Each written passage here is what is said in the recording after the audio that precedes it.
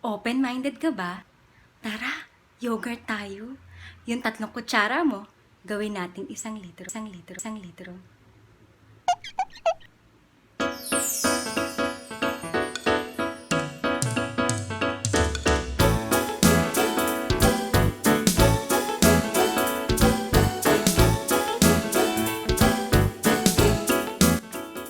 Hello mga ka-happy! Isang easy kidding na naman ang ating pagdadaanan.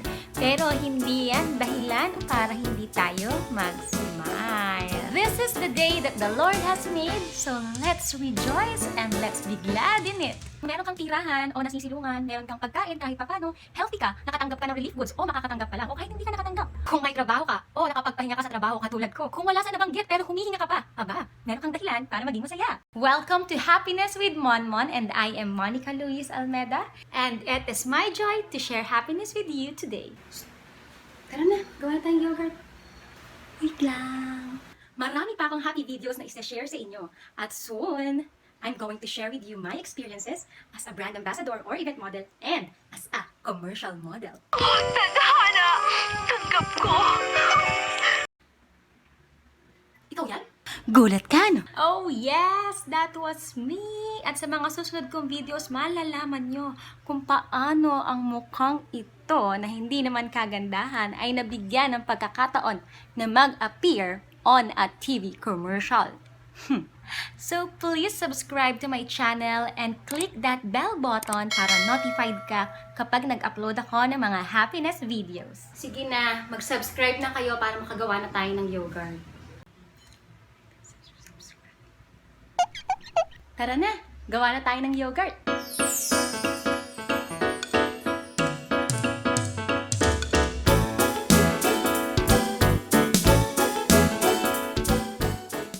So, ang main ingredient ng ating yogurt ay, unang-una, ang fresh milk. So, kailangan natin ng fresh milk. Ang binili ko ay Magnolia na non-fat milk. So, non-fat kasi ito ay para sa nanay ko. So, this is 1 liter and UHT process. And then, kailangan din natin ng culture. Kailangan bumili kayo ng yogurt na may nakalagay na live yogurt culture. So, makikita niyo yung label nun dito. Ayan, sa ingredients. Nakalagay dito, live yogurt culture. Importante yung live yogurt culture kasi kung walang live yogurt culture, bali wala yung gagawin natin. Dahil hindi yan magiging yogurt, magiging gatas lang. Okay? Ang live microorganisms na Lactobacillus bulgaricus at Streptococcus thermophilus ang responsable upang maging yogurt ang isang gatas. Kinakain ng mga good bacteriang ito ang milk sugars o ang lactose at nagpo-produce naman sila ng lactic acid as a byproduct. The lactic acid is responsible for the milk proteins to curdle and for the sour taste of the yogurt. Kaya very important to check the label kapag bibili ka ng yogurt as your starter. Ang first step natin ay pakuluan ang fresh milk. Okay, so dahil wala kaming kalan, tcharan! Rice cooker ang gagamitin ko.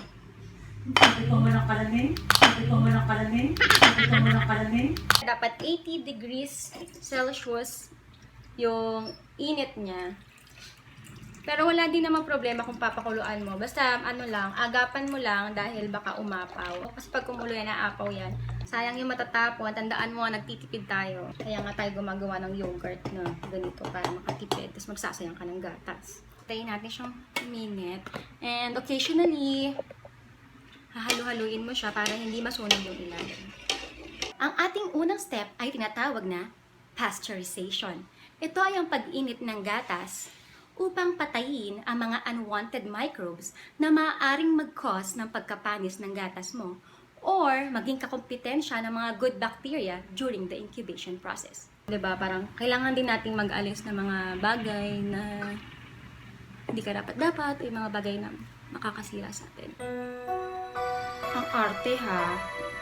I mean, yung microbes. Okay. Microbes. Dahil rice cooker siya, matagal siya bago uminit. So, baka mapapabilis pag sa mga siya ng kaunti. Or baka kailangan bilisan kasi yun.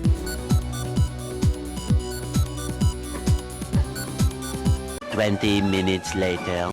20 minutes later. Ayan na!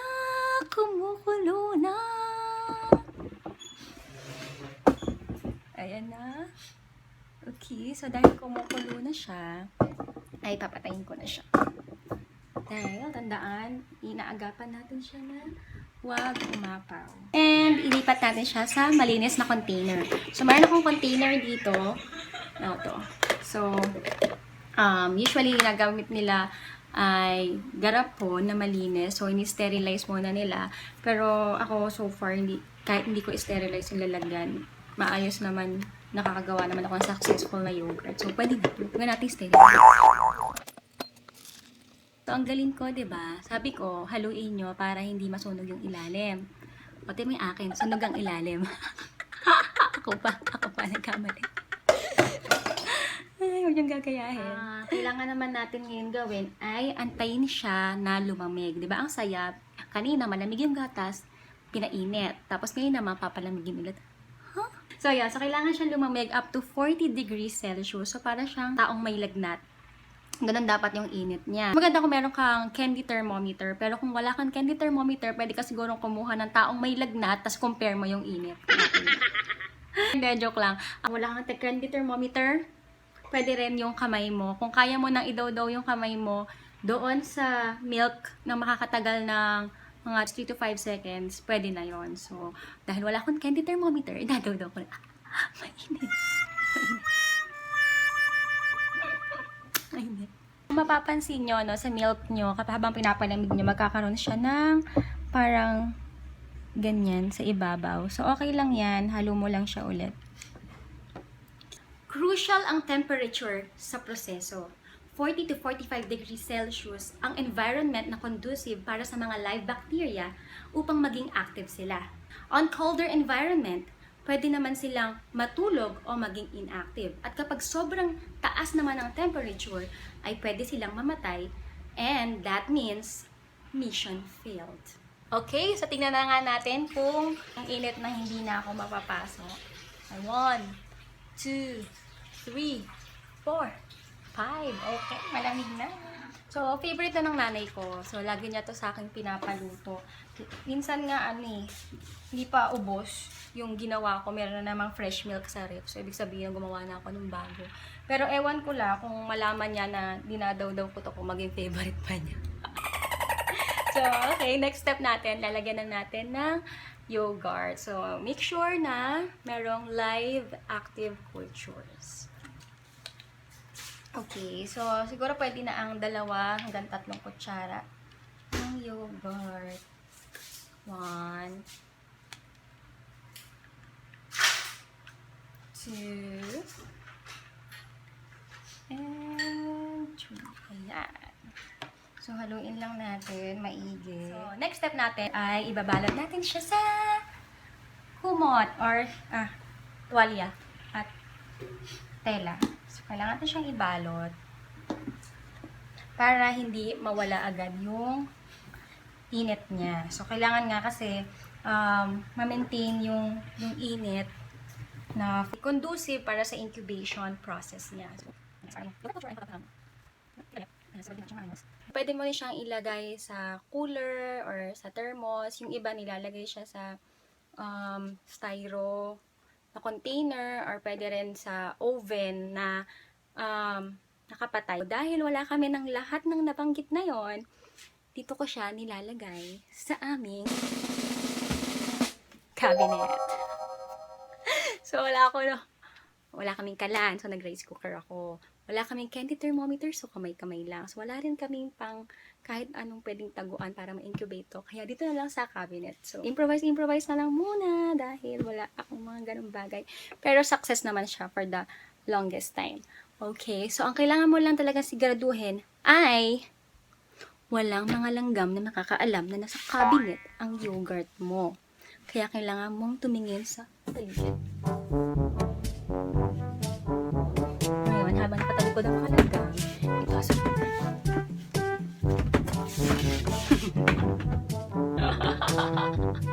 Hindi malalaman mga langgam na nandito ang yogurt ko.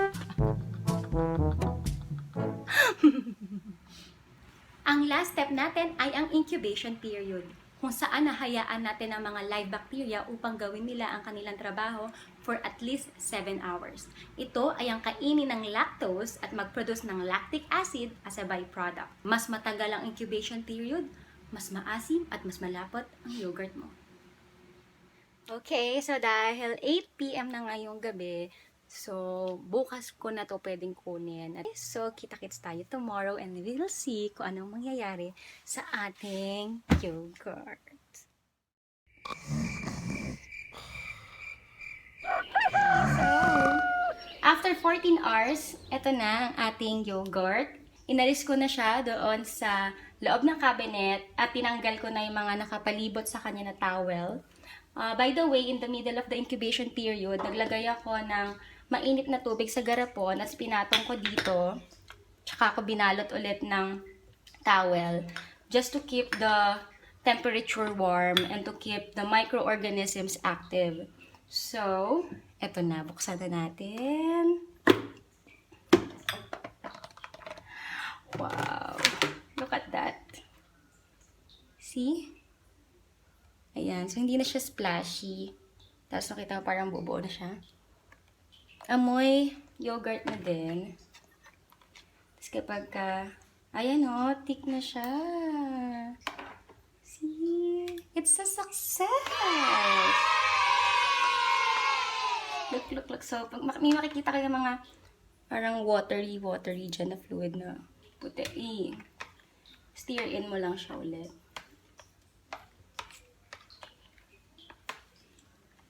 There. So, by this time, pwede mo na siyang dagdagan ng sugar and fruits kung gusto mo. Pero pwede namang hindi muna. At dagdagan mo na lang kapag kakainin mo na siya. And there you have it! Your 1 liter of yogurt. So, enjoy it the way you like it. You can add fruits. Katulad nito, nilagyan ko siya ng peach or mangga or strawberry, kiwi. Depende sa'yo kung anong season, kung anong meron dyan, manggang hilaw, kung gusto mo pang mas maasim. And also, you could opt for full cream, low-fat, non-fat, or you could also make your vegan yogurt by using soy milk for just half the market price. O diba? Nakatipid ka na, pamatay boredom pa ngayong ECQ. One more tip. Pwede kang magtabi ng 3 tablespoon ng ginawa mong yogurt at ilagay mo sa freezer at pwede mo itong gamitin na starter sa next mong paggawa ng iyong homemade yogurt. Kung may natutunan ka sa vlog na to, pakilike naman yung video. Tapos i-share mo na rin sa newsfeed mo, i-share mo sa group chat nyo para mas marami ang makaalam kung paano gumawa ng homemade yogurt. I hope and pray na kung ano man ang pinagdadaanan mo, you will find joy in it. Always remember that our happiness or joy should not base on any circumstances or any possession, position, or person. It should depend on the one who holds your life, who holds our future, and that is the all-powerful, all-knowing, and sovereign God that we have, the Lord of Lords, the King of Kings, the authority above all authorities. Kita-kits tayo ulit for more happy videos. Thank you for watching. See you again, and God bless you!